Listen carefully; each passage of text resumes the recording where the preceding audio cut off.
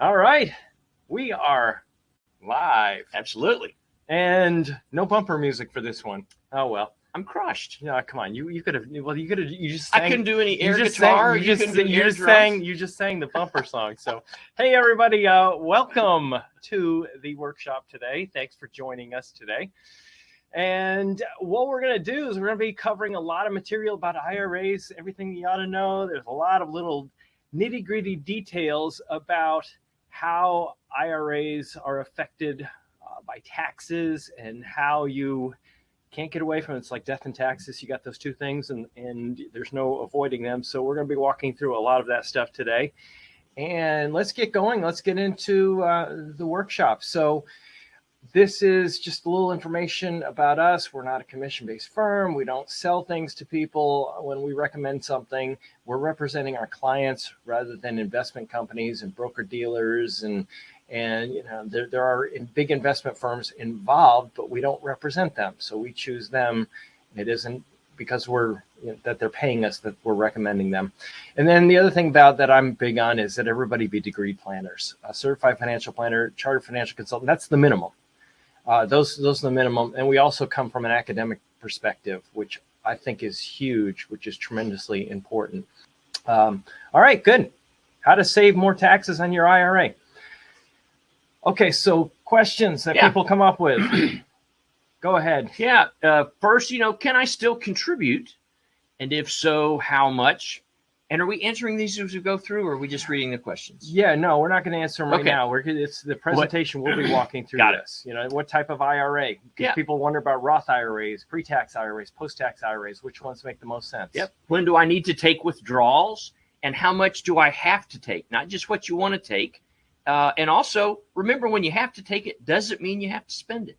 Right. That's a good point. So we'll talk about that. There is required minimum distributions. The government wants their tax money at some point, and there are some laws that have changed regarding inheriting IRAs that actually have created a situation where people have to take more income faster when you inherit an IRA. You know, so there are different things that have been taking place in that particular area. How are the IRA withdrawals taxed? You know, how is it affected? Not only income taxes, but also how does it affect Medicare premiums? How does it affect other types of benefits that you may be eligible for? So we'll be talking about that as well. Talking about what happens when I die. Who's going to get the money? Do I have the ability to put maybe some handcuffs on that? Or if it just goes outright, if you're worried about a beneficiary squandering the wealth, which never happens. No one goes through an inheritance quickly. Yeah, that's a really important point, because sometimes you might have a child that is really responsible, and sometimes you're going to have one that's not responsible. And you know, what can you do in those particular instances? We'll talk a little bit about that. How do the new tax laws impact you? Like I said, there have been some changes. Some changes have actually been positive. So we're going to be talking a little bit about that as well regarding required minimum distributions. It's interesting. Some of the changes were kind of surprising. Didn't expect them at all. And there are possible ones to come too. I'll probably mention that as well. Yeah. There's some talk about there on changing when distributions have to take place. Yeah. And finally, how can you minimize taxes? Yes, the national debt did hit 30 trillion this week, but we still would like to keep you with as much of your money as possible and not the government. It's not necessarily your responsibility to take care of that. That's right. That's exactly right. So, life's gotten a lot more complicated when it comes to this area. Years ago, retirees, you go to work. Think about my dad. He had a pension, he had Social Security, and he had savings, but he never really needed to live off of the savings because his pensions working for the military were so good, and he had COLAs, cost of living increases on it. So now what has happened is companies can't afford to do that anymore. They're reducing their budgets, and one of the ways they're doing that is by, instead of offering pension plans, they're saying, hey, we'll do a 401k, we'll have a match, and that's it. You are responsible. So literally what's happening now is the general public, who typically know nothing about investing, really, comparably, maybe what they pick up on reading the internet, and that's as good as knowing nothing, or watching TV programs is as good as knowing nothing as well. That's how they're going. Oh, I did a thing. That's worse than knowing nothing. Oh, this weekend it's show. Bad information. This weekend show. Yeah, one of the biggest investment people on TV. Mm-hmm. I'm literally walking through what his real results were because Wharton School of Business actually did a study on it. And this person probably hates the idea that Wharton Business School did a study on stock and investment recommendations made. They have the data on it. Companies largely shifted their pensions 401k, and that is one way they've reduced expenses, but it makes your job harder. It does. And thinking about that, it sometimes gets, I think, a negative connotation that, hey, companies are getting rid of pensions. They're not taking care of me anymore. Mm-hmm. But when pensions were created, the life expectancies were very different than what they are now. And actually, retirees have a lot more options, which is part of this conversation of where do I want to direct my retirement assets if something does happen to me sooner than later? You keep that money for your family. There's actually a lot of benefits, I think, for people that it kind of gets a bad rap. Well, when people had short life expectancies, the problem that you ran into was that, that you run into now that you didn't run into then. It sounds kind of funny, but the life expectancy being shortened, inflation wasn't as big of a problem. Exactly. So a lot of the pensions weren't inflation adjusted. So, that could be a huge issue unless you work for the government, then you had that deal. So how long are you going to live? If you look at life and mortality tables regarding Social Security, if somebody is age, if let's say that you're getting to retirement and going, you know what, I don't have long, a lot of people, they think they're going to live a lot shorter than they actually probably will. The likelihood of a male living to age 80, 71%, which is surprisingly high. Women about 79%. So somebody needing benefits for quite a while and getting benefits from Social Security for quite a while is very, very high. Survivor, the likelihood of a husband and wife actually both live, or one of the two of them living to that age, is 94%. So extremely high odds. Age 85, still high, 53% for males, 64% for females. There's an 83% chance one of you is going to be around at age 85. That's how you read this chart right here. Age 90, again, a little bit less because now we're talking about age 90, but there's still a 62% chance one of you is going to be around. And, you got to, and people go, I'm retired. I'm going to put all my money in cash because I don't have a long, time horizon, or, I'm retired right now. And no. Don't look at your time horizon before you're going to start to draw an income. Look at how long you're going to be drawing an income. It could be 30 years. Is basically what that one's saying right there. Okay. Age 100, not quite as high, 11%, but that's probably going to grow in the future because medical science. Yeah, 1 in 10 is going to make it to 100 out of the couple. Mm-hmm. And so, it gives you a chance to save when you think about, okay, I'm through with paying for the mortgage. My kids are finally out of college, and just the other costs that come with raising a family, whether it's, around here, everybody's traveling somewhere for soccer or baseball or volleyball or cheer. And so you've kind of got some of those discretionary expenses out of the way, and you've got some cash available to really sock back for retirement. Yeah, sure thing. So a couple basics about traditional IRAs. Traditional IRA was the one that we've had around forever. And the idea being that I could say, hey, you know what? I don't need this income today, but I'll need it in the future sometime. So I don't want to pay taxes on it today because I'm not going to be spending it today, has always been the idea behind traditional IRAs. At some point in the future, I'm going to need the income, and I'm not going to be earning an income, or I'll be earning very little or much less than I am today. Can I push this money off to the future and pay taxes on it then? The answer, yeah, that's what the idea behind IRAs, traditional IRAs and traditional 401ks as well, is you deduct the contribution. You don't pay taxes on it today. It grows without taxes. And then when you pull it out in retirement, that's when you pay taxes on the money. Right. And as with any benefit the government gets you, they put some limitations. And so if you're under 50, the maximum contribution in 2022 is $6,000. If you're over 50, you get the ability to put in an extra grand, kind of a catch-up provision, $7,000 per year maximum. Mm-hmm.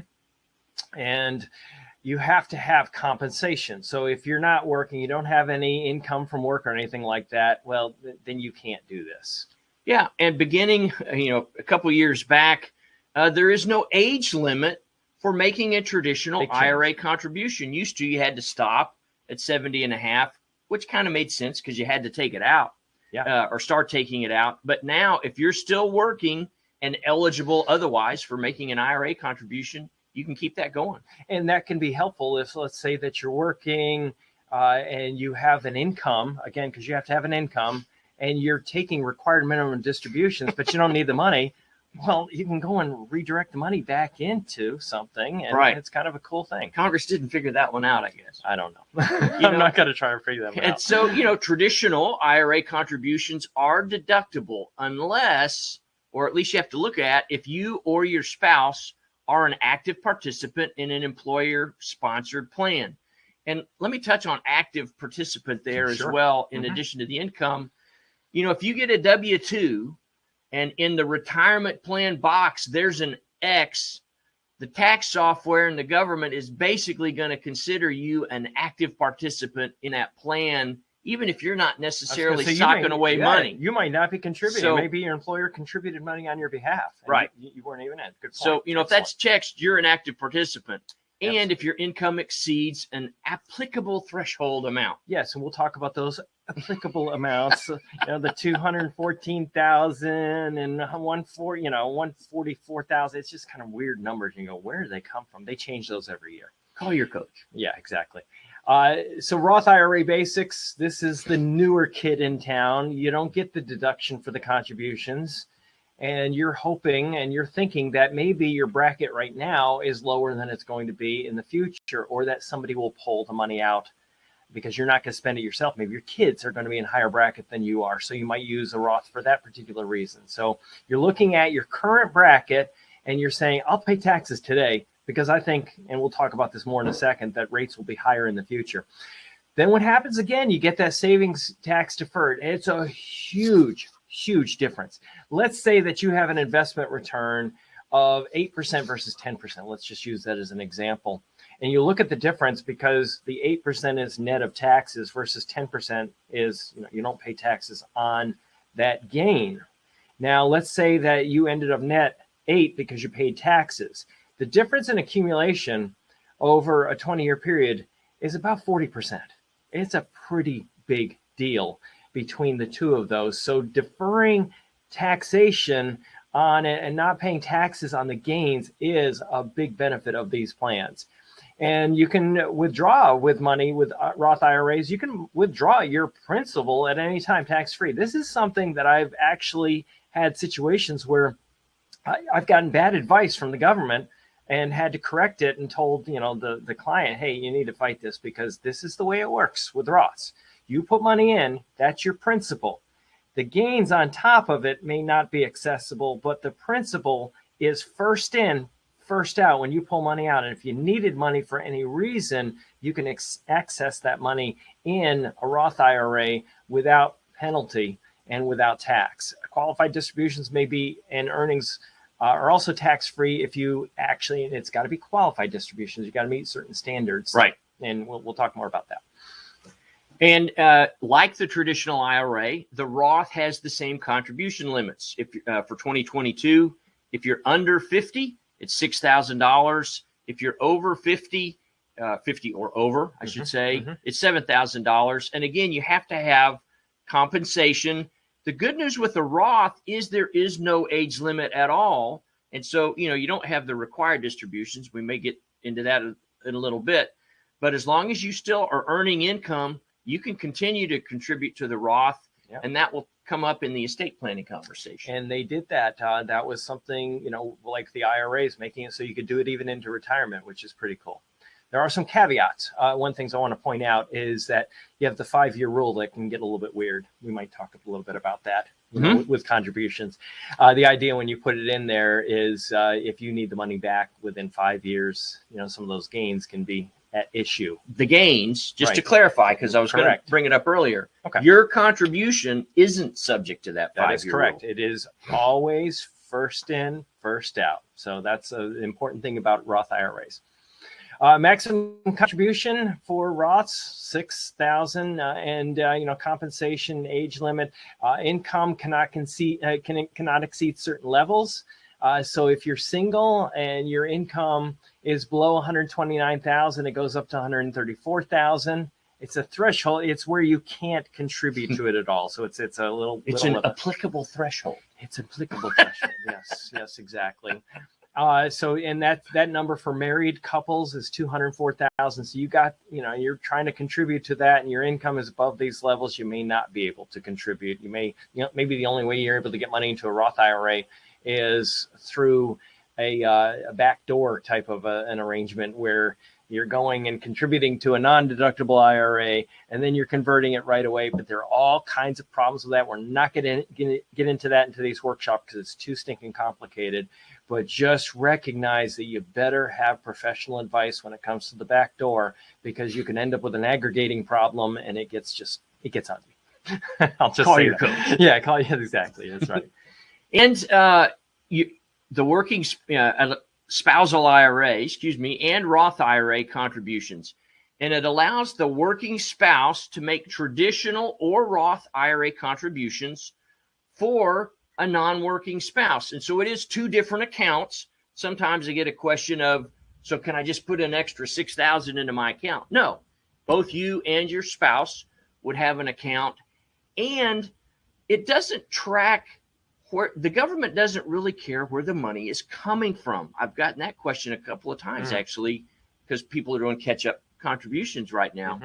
Is, let's say you spent all of the money you made, but you have money sitting in a savings account. There's nothing wrong with using that $6,000 to make a spousal IRA contribution, as long as you had the earned income to take care of that. And a non-working spouse just has to meet all the other qualifications that we talked about. Yep.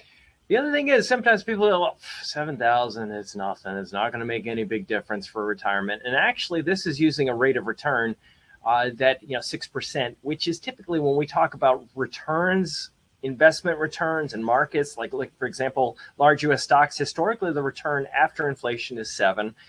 Small company stocks, it's about 9. And international stocks, it's about 11. So there are different areas of markets and different expected returns. So typically, I like to think in terms of a lower return projection like that. And using a 6% return, and you look at this over a 30-year period, you go, hey, this can turn into a meaningful amount of money, even with that small of a contribution, as long as you are just diligent in putting the money away. And I think in that illustration, contribution stopped in year 10. So that's not even showing that they keep contributing. That's a really good point. That first 10 years, all of a sudden, has a huge snowball. Yes. It makes a huge difference. Yeah, it's a good point, because you notice when you look at it, it kind of goes like this. The chart goes up, and then it kind of dips a little bit. In other words, that you're not getting the benefit of the contribution. If you had made contributions on top of that, would have been even higher. You'd be a millionaire.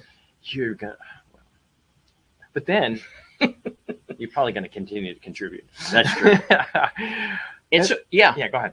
You just also, separate from the IRA, you want to take advantage of your employer-sponsored retirement plans. So for sure, if you're still working, check to see what plan your employer offers, because you can contribute money to that employer-sponsored plan and an IRA or Roth IRA, and kind of double your bang for your buck if you have that cash flow. And most people can. Remember those limitations we talked about earlier, but most people are under those limitations. Yeah. So, if you look at statistically, if you're above, then you can't, but, there are other things we can do. Yeah. And we'll talk about that. 2022 salary deferral limits for 401ks. How much money can you put away? And the answer is $20,500. It's been jumping. It tends to jump every few years. And increase, if you're over the age of 50, it's $27,000, 50 and over $27,000. And that's because of that catch-up contribution that we talked about. The catch-up contribution is higher with 401ks than it is with regular IRAs. Significantly higher. Excuse me. 6.5 times higher. No, go on. 650%. And so, so you've accumulated all of this money in your employer-sponsored plan. There's several options for rolling over or distributing those planned funds. And option 1, of course, it is a decision to do nothing. Just leave the assets in your existing company retirement plan. Yeah. And you can put it in, let's say, a new company retirement plan. And just, people ask all the time, how often do people leave it in their plans? It really depends, but a lot of times people don't really recognize the level of diversification available in their 401k plans. And a lot of 401ks, most of them, I think in my 30 years of doing this, I've really seen one really well diversified 401k, work 401k plan. It was really an odd one. But, so that's why a lot of times people don't use these particular options, but it's something I always tell people, hey, take a look at it, see what's going on there. And sometimes you might have, some things that are worth keeping in the 401k plans. The other one is roll it into an IRA. Now, when you move into an IRA, literally the whole world opens up as far as different investment options that you have. The other thing, go ahead. You could put it all on a new Mustang, Paul, and just take a lump sum distribution of your plan balance. They're going to withhold some for taxes. Yeah. Saw an interesting thing on CNBC the other day on that. But the amount of people that do that, yank it out. They were actually talking about low income people and the fact that there's a huge percentage that take out their money when they change jobs as opposed to porting it over. Yeah, that doesn't surprise me. And if you have an account balance of less than $5,000, $5,000 or less, then what happens is the employer can just force you back out of the plan. And, so a lot of times people don't think to go, oh, wait a minute, I should roll this instead of just taking the money, roll it into an IRA. So be aware of that it is a force out because they don't want to pay administration expenses on a small account, that balance. When it comes to the over that amount, it used to be, it was interesting because years ago, what was going on, let me just comment on this for a second because I think it's interesting. The 401k providers were routinely forcing money out of the plans so as to not to pay third-party administration expenses. A trend I have been seeing is because the third-party administration, the expenses for putting together a 401k and administering it have been pushed off on the employees in terms of expenses in the funds and the investment vehicles that they have. And the increasing use of institutional investment vehicles. What has been happening recently is I've been seeing companies try to retain assets in the 401k plan because even people that have left the workforce or have left the company are helping pay for the expenses for the people that are still there. So it's kind of a funny little trend that I've seen. Kind of like insurance companies. They're spreading that cost among more people. Yeah, exactly. And you can convert your plan assets to a Roth IRA. You have to really watch out for the taxes when you do that because you could end up with a huge tax bill. More about that in a second. You could make an in-plan Roth conversion of your plan assets. I don't see this very much, mainly because you're leaving the company and they're typically not all that helpful in having you go through all of these things, but that's an available option. Yeah, it sure is. So I was saying that it could be a problem going and doing these Roth conversions all at once, and here's why. If you look at tax rates and how our tax system works, a lot of times people have misconceptions about this, but basically what happens is if you have your standard deduction, your itemized deductions, once you've gotten through that, where your standard deduction is a set amount, your itemized is not like you're taking your mortgage interest, your charitable contributions, and all of those things and adding those things together, you don't have to pay taxes on that money because it's a deduction from your income. Then after that, once your income goes between 0 and 10,000, you pay 10% of that income in taxes. And then that number for married filing jointly is roughly double, 20,000. So you have that much of your income taxed at a 10% rate. Now, that first income is always taxed at that rate. So let me just point at single here, just to keep life simple. And you go first 10,000. Then what happens is your income between 10,000 and 41,000 is taxed at 12%. Then you've got income between 41 and 90,000 approximately taxed at 22%. So when you hear people say, I'm going to get forced into a higher tax bracket, it doesn't mean that any of that previous income will be taxed at a higher rate. It's just the new income, okay?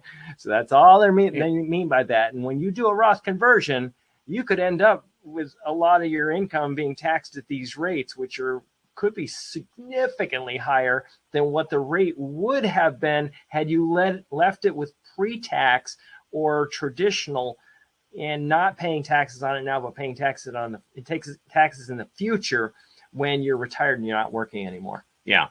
And where some of that misconception remains, the tax rates didn't used to work that way. And you could get a pay raise and end up paying more taxes, but that went away decades ago. But, kind of like most of us learn about finance from our parents and so forth. And true, you retain some of that information, and it's just not the case. Yeah, very, very good point.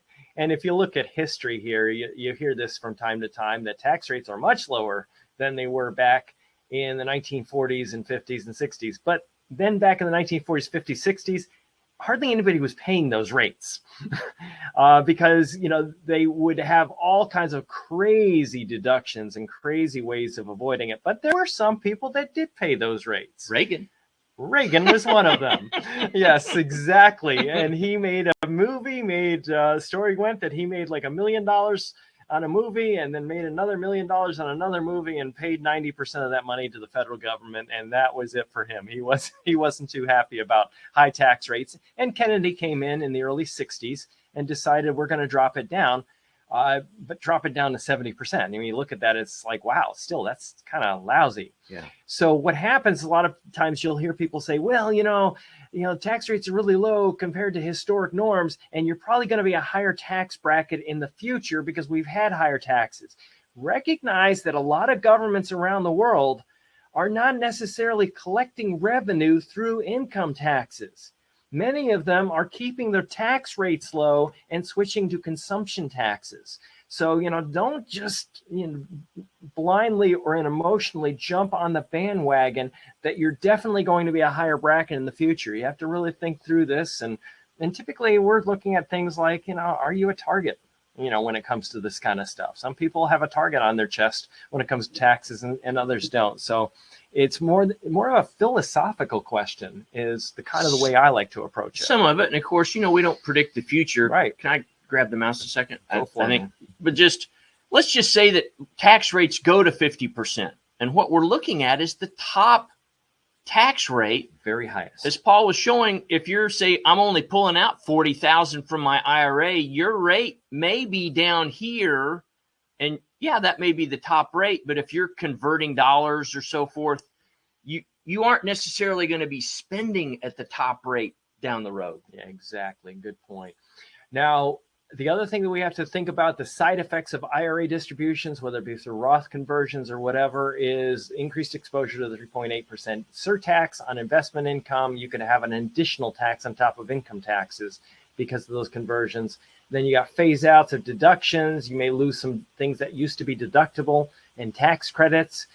So it's an accounting thing. A lot of times we're dealing with accounting issues in the financial planning world that are fairly complex. Other thing is Part B premiums may be higher with Medicare. Like going, gee, this is, you're higher income people subsidizing the lower income when it comes to their Medicare premiums and in medical expenses, basically what Medicare is. And then you've got increase in the amount of taxable Social Security benefits. Back when they put a taxation on Social Security, the number seems so out of reach that most people said, I'll never be up that income level. Right. And what they did is they never adjusted it for inflation.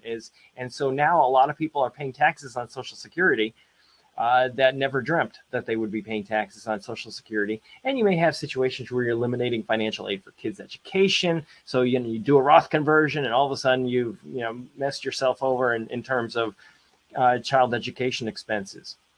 And you may actually reduce or eliminate your ability to do other contributions to Roth IRAs and more. Yep. So now the fun part, you've saved money. Now you have to take some out. No, now you're getting to spend some of this. Required minimum distributions. And, ideally we could never have to take money out of the IRA and it just grows tax deferred for as long as possible and keep that income off your tax return permanently. Mm-hmm. But it just doesn't work that way. You can't avoid withdrawals, though. Mm-hmm.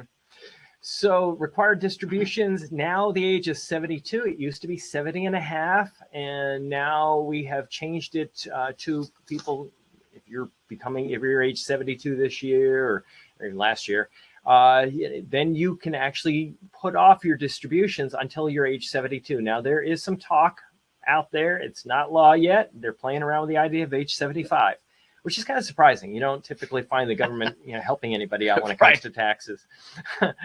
And what happens is your required distributions begin for most plans when you turn 72. Let's say most plans. What the heck are they talking about there?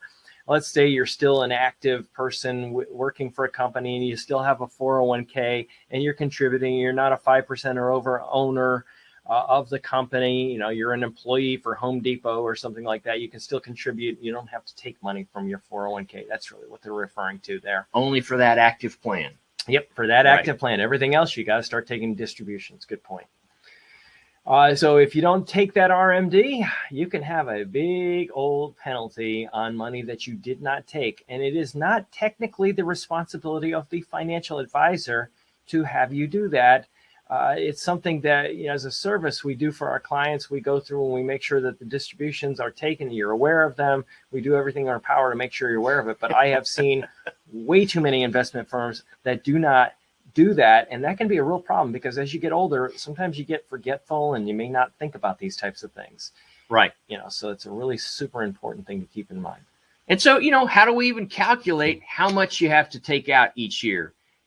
The formula itself actually makes some pretty good sense. You look at your year-end balance from the prior year. So right now, your balance on December 31st of 2021 would be used to calculate your required distribution. And then you just look up your life expectancy factor on an IRS table. And the uniform life expectancy just assumes that you are married to someone 10 years younger than you.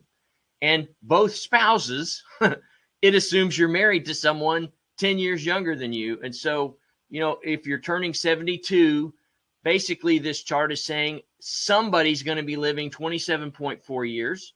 And you just divide your balance by 27.4. And that's how much has to come out that year from some IRA somewhere. And if you are married to somebody more than 10 years younger than you, you can actually calculate that differently to increase the joint life expectancy as well.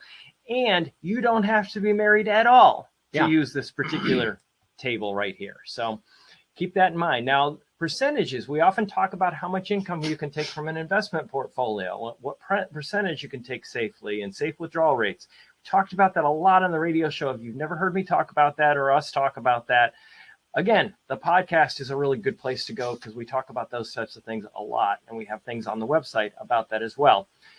But what happens is that distribution percentage, if you look at it, it actually falls within the safe withdrawal percentages from the research going back 100 plus years. It falls within that, which makes the RMD amount and the requirement that you have to take it out actually work out pretty well. I'm going to be doing a whole workshop on that in the future, as I said earlier. But it's about 3.6% in the very first year, and it increases every year because the joint life expectancy goes down and that number of years of life expectancy becomes smaller.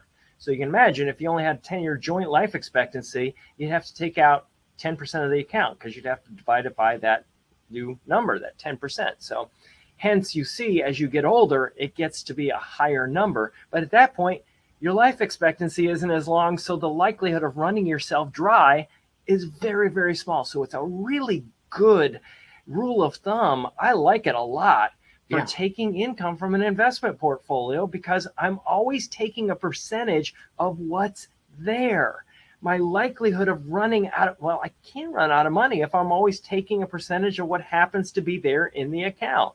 So, the biggest fear that people typically have is, I could run out of money. Using the RMD tool and that formula is very, very helpful for getting rid of that fear. Again, there's going to be a whole workshop on it in the future. Yeah, so some common mistakes that we see is, aggregating RMDs between different types of retirement accounts. So what are we talking about? You may have a regular IRA and you might have a 401k that for whatever reason you left with your employer. You can't combine those balances to calculate a single RMD. They are different types of retirement accounts. Now, if you have 3 traditional IRAs, you can aggregate those and just take it out from one of the accounts. But a lot of times we'll see people combine things that they really aren't supposed to combine. And it's the same thing.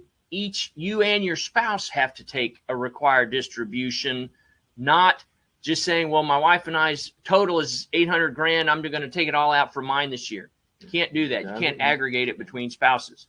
I'll let you take this one because you noticed something interesting about this slide. This is again talking about that 50% penalty of not taking the required minimum distribution and doing nothing about it. You actually have to go back and take those things with a penalty, and it can be pretty nasty. But I just think it's funny that the picture that they chose to use in here is of a person that is clearly not over age 72. He's a 72-year-old with a great colorist, I'm telling you. Okay, so the IRA strategy number 1 is hold off on taking distributions. So as long as I can just put off taking distributions from my IRA, it grows without taxation for as long as possible. And IRAs, if you look at 401ks, IRAs, you have some creditor protections. It's kind of nice to have an account that is protected from creditors. If you drop a French fry, you're driving down the road and in your car, you can have some protections in IRAs in the vast majority of states. It's like, I think only one state that doesn't allow protections. Every other state does. It was. I don't think I knew that. Yeah, there was. There was one of the major mutual fund companies was trying to retain assets in 401ks, and they were telling everybody, all these people trying to move when they were wanting to move money out of the 401k, that you realize that you lose all your creditor protection. I was just going, oh, good grief. So anyway, so it keeps your IRA off the tax return, and all those nasty side effects can go away when you don't have to pay taxes right away on the IRA. And like anything, there's no perfect strategy. Here's some drawbacks. As your IRA grows, your tax liability does grow, assuming constant tax rates. At 72, you do have to begin taking RMDs. But as we mentioned, that doesn't mean you have to spend it. And IRA distributions in future years could be higher if tax rates increase, and that could end up pushing you into a higher bracket. And, some of those side effects may not be an issue now, increasing the amount of Social Security benefits that are taxable. And I don't know what your experience is, but the increase in Medicare Part B premiums, I think, is one of the most frustrating penalties that my clients face. No one likes taxes, but this one just really bugs them. It can be a small percentage of the total distribution, but it can be a major percentage of the frustration. Because they're just thinking, I don't like this transfer of wealth. It's fair. Not right. Yeah, I know. It's like sometimes what happens is our emotions make decisions, and then we're hitting it too. Yeah, sure thing. And so a lot of times I try to put it in context with everything else, because sometimes it does make sense to pay the higher premiums. It just depends on the person's situation. But a lot of times, avoiding that is what people want to do. And, we might have the future tax rates might be higher. We might have the consumption tax. They may be lower. You just have to look at how you are as far as that person with the target on your chest, as I said earlier. Now, go ahead. You want to take that? Well, just, looking at Roth conversions, and I get questions about this a lot, actually, of all ages. And simply all you're doing is you're taking money from an existing traditional IRA and transferring it over to a Roth IRA, meaning you're triggering tax at that current transfer. And the thought process is, okay, I'm going to pay some tax now, but I'm going to be creating this tax-free bucket down the road so that I have some flexibility and possibly, I think we'll get into it, if you have a low income year as a business owner, like people that went through COVID and got laid off, you maybe have this opportunity to convert some money at a low bracket, and it grows tax-free in that current year. The taxable amount is added to your income. And you can do, let's say if it's $1,000 that you converted, just use a nice round number, and your tax rate was 20% if there were such a tax rate. Just use nice round numbers. So you had $20, I say $1,000, didn't I? So it's $200 tax. And I can take that money out of a non-qualified account and pay the taxes and have the whole $1,000 go into the Roth IRA. So it's kind of a little neat trick to slide money from a non-qualified account, a taxable account, into a Roth IRA. Keep that in mind. So she got this lady $100,000, and what happens is Jill takes that money and it's added to her income when she does that conversion, and that will be taxed at whatever her rate is. And we'll talk about those rates in just a second, and what they look like from a bucket approach is the way we like to describe this. All distributions from a Roth are tax and penalty free if you've had any Roth IRA for more than 5 years and you're at least 59 and a half. So you could have had a small Roth somewhere before, move another Roth. As long as you've had a Roth for 5 years, it's not necessarily that current account that clock starts with. Yeah, two separate entities. Yeah, and you look at that and go, man, we're looking at this one. We're not going and looking at this one as well, because that can get confusing, which is better, Yeah, looking sure. at it that way. Okay, it's better for you. Okay. Sure. If you're older than 59 and a half, the amount you can convert can be distributed at any time, tax and penalty free. So you can have a situation where if you're under 59 and a half, that is not the case, because they're looking at you and go, oh, wait a minute, you're taking advantage of us, sliding the money into a Roth IRA and then pulling the money right back out, in a short period of time. It's just kind of, the government thinks of a lot of things that we wouldn't necessarily think of because, that a lot of people do think of, but they look at it and go, wait a minute, they're going to take advantage of us in this way. So we better have a rule to cover ourselves on that rule. And that's one of those rules to cover themselves types of things. Anyone convert their IRA or eligible retirement account to a Roth. Age limits, no age limits, high or low, so you can do these conversions at any point in time in your life. No income limits, high or low. It used to be that there was an income limit. If your income was over $100,000, you could not do this, which seems so weird because you think the government wants tax. They're getting money. the tax revenue. Yeah, exactly. And there's no requirement that you're working to do these conversions. Yeah. And, so Roth conversions can provide a hedge against an increase in future tax rates. That's why you would want to either contribute or convert. And yeah, we don't know what future tax rates are going to be, just like we can't predict the market. We can't predict tax rates, but taxes are a major concern for retirees.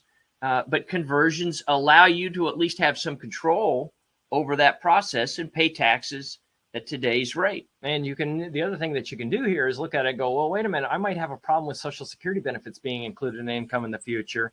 And by converting right now, I get that, I pay those taxes. And when I start, maybe I'm doing this at age 65, for example, and I'm going to take Social Security at 70. I go and do a bunch of conversions, possibly. And the reason I do them now at age 65, 66, 67, 68, so on and so forth, is so that when I hit 70, I start taking Social Security. Then I've gotten the taxation out of the way. I've reduced the value of my IRA so that when I'm required to take distributions at 72, the account value is less and it may not affect my Social Security at that point in time. So a lot of times we're using those types of strategies to help people with this and avoid taxes. And then it's also for Medicare Part B premiums, reducing the amount of income could reduce the taxation created by paying a higher premium, kind of a stealth tax, so to speak, with those types of things. Stealth tax. You like that? Some of the good news on Roths, if it's your Roth IRA, we'll deal with inherited accounts later, but you decide when you want to take distributions. There are no RMDs on Roth IRAs during your lifetime. And, so it allows your account to just grow uninterrupted. And the big one for me when I'm talking with folks is it provides a tax-free inheritance to your heirs. And so a lot of times in planning, conversions and all become part of the estate plan as much as just tax avoidance in your own lifetime. Yeah, you may have Roth IRAs go to the kids, and then your regular IRAs go to a charity or something like that, or right. Those types of investments. Sure, absolutely, can be a great planning tool. Tax Cuts, Jobs Acts, big changes there. So the Roth IRA, if you look at what happened there, it eliminated the recharacterization for Roth IRA conversions. used to be that you were able to go and convert the Roth IRA and you pay taxes. And then if the account value was lower a year later, you go, oh, I didn't mean to pay taxes when the account value was that. I meant to pay taxes when the account value was that. And then you go and convert it back and then reconvert it. Guess what? Government said, you know what? Suck it up, Buttercup. Your account value was this when you went and converted it. You're not getting a do-over, is really what that's saying right there. And they don't care what the reason was. If the tax bill was higher than you thought, if it messed up a tax credit and you didn't factor that in, if your investments dropped in value, I like this. Too darn bad. Yeah. Yep. Too bad. Exactly. So too bad. So sad. You're stuck. And 3 key questions before converting. Do you have a rough idea of what the conversion's impact on your tax bill is going to be? How's it going to affect you? Do you have a plan to pay the resulting taxes? You're going to take it from the non-qualified account, as I said earlier. How are you going to pay those taxes? Have a reasonable expectation of that the benefits of prepaying your taxes make sense in the overall plan. And, does it make sense to go and pay taxes at a higher tax bracket when there's a possibility you might be in a lower one in the future? You want to make sure the answer to all those questions is yes. And so when thinking about how much you might want to convert, if you're going to exercise this strategy, oftentimes we call it filling up the bucket. Mm-hmm. And so from the left side to the right, you see the tax rates increasing. And in that 22% bucket, it's only half full. And so let's just say that you think tax rates are going to be higher, but I'm going to convert enough to fill up that 22% bucket without jumping into the next tax bracket. And that helps kind of come up with that amount if you're looking for, what do I think my tax rates are going to be in the future? And we have software programs that do that kind of work as well, where we can actually test these things and look at them. It's pretty neat. Hey, what if we fill up this bucket and come up with a game plan going forward? Bigger Roth IRA conversions in years with unusually low tax income. Income tax can be beneficial. Let's say that you have you're a business owner and you got a bad year and you got unusually low sales, very little income. Maybe a good year to do some conversions while you're in that really low tax bracket. Or maybe you have some really high expenses in a particular year because you've added to your infrastructure. Your expenses have been really high with buying new equipment or something like that. Or you have really high non-recurring medical bills that have been deductible because you're itemizing and you can, reduce your taxes that way.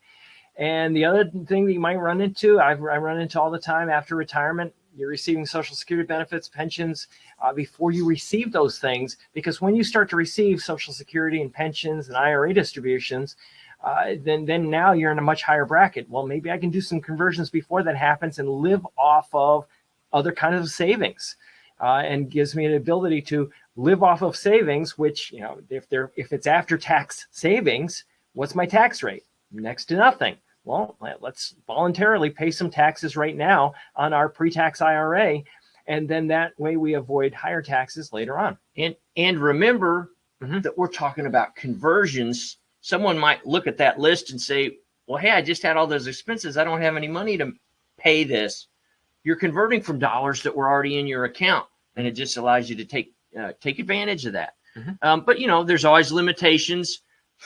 There's no guarantee that the Roth conversion is going to help you achieve what you want. Again, we don't know future tax rates. We don't know that the Roth IRA distribution rules won't be changed. That was one of my early conspiracy theory experiences, was when they had this 4-year spread of the taxes, back in 96 or I forget. And I thought, okay, everybody's going to be converting to a Roth, and then they're going to come out with a national sales tax. Right. Yeah. So we don't know what's going to happen. And a Roth conversion can also trigger some of those same side effects that we talked about with traditional IRAs like Medicare, Social Security taxation, and so forth. Absolutely. And you don't know what it's going to do when it gets to the Roth anyway. Yeah, exactly. So another strategy, move retirement money directly And there are a couple ways you can have indirect rollovers, and people sometimes use this. They go, I gotta have money for, I've got to close on something and I need money right away, but I'm going to get the money back. Can I pull money out of my IRA to pay this down payment on a house? And the answer is, yeah, as long as you get the money back in the IRA within 60 days. That's called a 60-day rollover, and then you don't have the taxes and penalties. I actually used this myself. When we bought a house at an auction one time. We actually used this particular strategy right there. And then you can directly do that as well. Trustee to trustee is where you have, let's say you have your money with this particular IRA and you want to put your money over in this IRA over here, and you can go direct over and not pay any taxes or penalties. That's how you move money in an IRA. And we've covered some of that already. When you're doing an indirect rollover from a qualified company plan, there's 20% mandatory withholding. That doesn't apply if you're doing an IRA to IRA rollover. So be aware of that, particularly if you're taking money out for a down payment. You don't want to be skunked there. And you can only do a 60-day rollover once per calendar year. Yeah. And people worry about, they hear that 20% thing and they go, no, well, you actually technically would have gotten the money back when you filed taxes, but you don't want to mess with that. Right. It's not any fun. So you have money sent right from your old retirement account to the new retirement account. Much, much cleaner to do it that way. And then you don't have to worry about those 20%, and you don't have to worry about the once per year rule that he's talking about right there. So how's it done? Direct rollovers. You just make sure that the check is made out to the new custodian for the benefit of your IRA. And, we've had some squirrely weather in January so far here.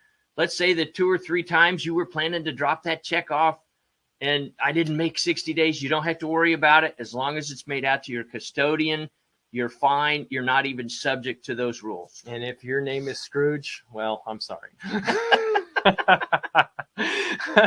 Next one is coordinating your IRA planning. IRA planning should be coordinated with other aspects of your overall retirement plan, like we've been talking about, but your estate plan as well. I kind of hinted at this earlier, that sometimes you leave certain types of accounts to charities and other accounts to kids, and the different types of taxation, step up in basis with non-qualified assets. So there can be a really good tax planning strategy, even for estate planning, when it comes to your IRAs, because when your IRAs, you're going to have a beneficiary. You choose a beneficiary, and it's not transferred by your will. A lot of people don't realize that. They think, well, it's not transferred by, no, what my will says doesn't matter. My beneficiary. So that's why you've got to make sure you keep up on your beneficiaries on your IRAs, and make sure that you're coordinating with education, because like we said, it can affect education and your overall financial plan. And if you pause there a second, think about financial planning, and even a situation I just ran up against is when we talk about the stretch IRA for the eligible beneficiary and so forth, oftentimes that means the spouse was the sole beneficiary. So if we start to look at some of the philanthropic or charitable planning that you're talking about, there could be a case for creating 2 IRAs so that you don't have a charity getting part of the money and a spouse getting part of the money, and maybe creating some unintended problems with the new tax law. Yeah. And what Evan's talking about with the spouses, when you inherit an IRA, the spouse can take over the IRA as their own and continue to stretch the distributions over a slower period of time, versus if you're a non-spouse beneficiary, the rules have changed where you have to get the money out much more rapidly. And you have the 10-year rule, and then you have lots of exceptions to that. I don't think that's and that's coming up in detail. Is it? Okay, well, let's see how much we can get through here. Yeah, I know. Okay. When you should claim benefits is a personal decision. Depends on a lot of factors. Social Security is guaranteed for life and has cost of living adjustments. So many times, if somebody's fairly conservative, we want to try to maximize Social Security. I have whole workshops on it. A lot of people worry about, is it going to even be there? The short version of it is, yeah, there are all kinds of possible fixes for Social Security. And even if they didn't fix it, it's only a reduction in about a 20% reduction in benefits. But that is because of the account being spent down with Social Security. There are all kinds of fixes to shore it up, but as always, Congress will wait till the dead last minute to fix it. It's just the way they operate. And so I tell people, don't worry about Social Security. I wouldn't be concerned about it. There are all kinds of reasons why to not be. And as I said, I've done a workshop on this, so I won't spend a lot of time on it right here. Delaying Social Security can increase your benefits. You got an 8% increase from your full retirement age, 8% per year, a little bit over 6% years prior to that, and 5% in the years prior to that. But every year you wait, and you can literally have almost an 80% increase in your benefits from age 62 to age 70 if you delay. And then that means you've got a lot more money in retirement. So thinking about that, for some people it makes sense. For some people it does not make sense to do that. That is definitely a planning decision. So sometimes we're thinking about how do we pay taxes on IRAs, and do we take greater advantage of Social Security? Sometimes yes. So a lot of times what we find is that people take Social Security earlier than they should. Yep. And, there's some reports that show that Social Security is the cheapest annuity you can buy. And what we're looking at is when Paul was saying, you can get this increase in income by delaying. If you were to accumulate that money and say, go purchase an annuity out in the open market, you're getting a better benefit from the Social Security Administration than a, regular insurance company. Yeah. And we have software that helps people determine how good of a deal it is and whether it makes sense to defer into the future. And, they're generally more tax efficient than IRA withdrawals because not all of your Social Security is part of taxable income, even if you are a high income person. And, coordinating your IRA planning with estate planning as well, making sure that your IRAs and your other retirement accounts, they do pass generally via a beneficiary form if you've named a beneficiary on that. Your will doesn't control it. As Paul had said earlier, your beneficiary designation controls who gets that IRA. And a lot of times, I know I see this maybe once every couple of years, people fail to appropriately update their beneficiary forms, and that can absolutely lead to problems. One of the common ones is divorce. Divorce, another one that comes to mind as well, is making sure you have contingent beneficiaries. Husband and wife may be each other's beneficiary, but what if something happens to both of you? Who gets the account in that particular instance? So you want to keep track of those types of things. Updating beneficiaries if your primary beneficiary has passed away. So you'll have your different types of beneficiaries. You might have an eligible designated beneficiary, and you pick somebody that is going to receive those assets. And it may be that you get certain benefits of choosing, or the person that receives it gets benefits of being less than 10 years younger than you.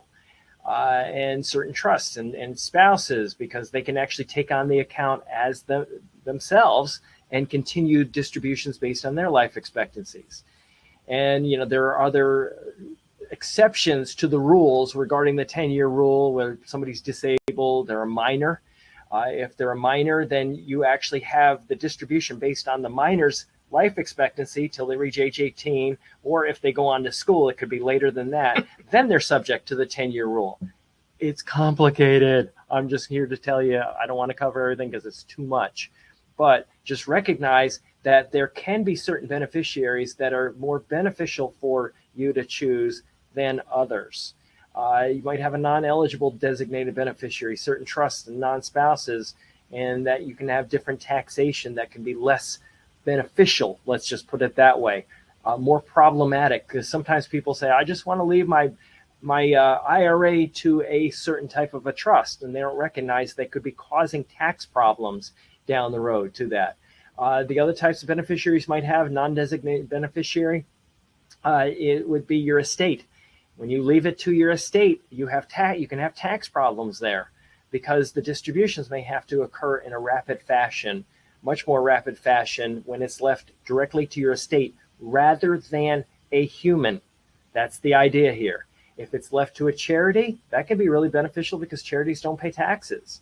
And certain trusts, you can have it set up, and if you don't set it up properly, you can end up with issues with distributions if the trusts are not see-through trusts, where the trust goes directly to a person. It has to be worded exactly right. This is not something you go try on your own. Don't try this at home, kids. Make sure you're dealing with a planner and a qualified estate planning attorney that knows the rules when it comes to this stuff, because you can get yourself in a mess in a heartbeat.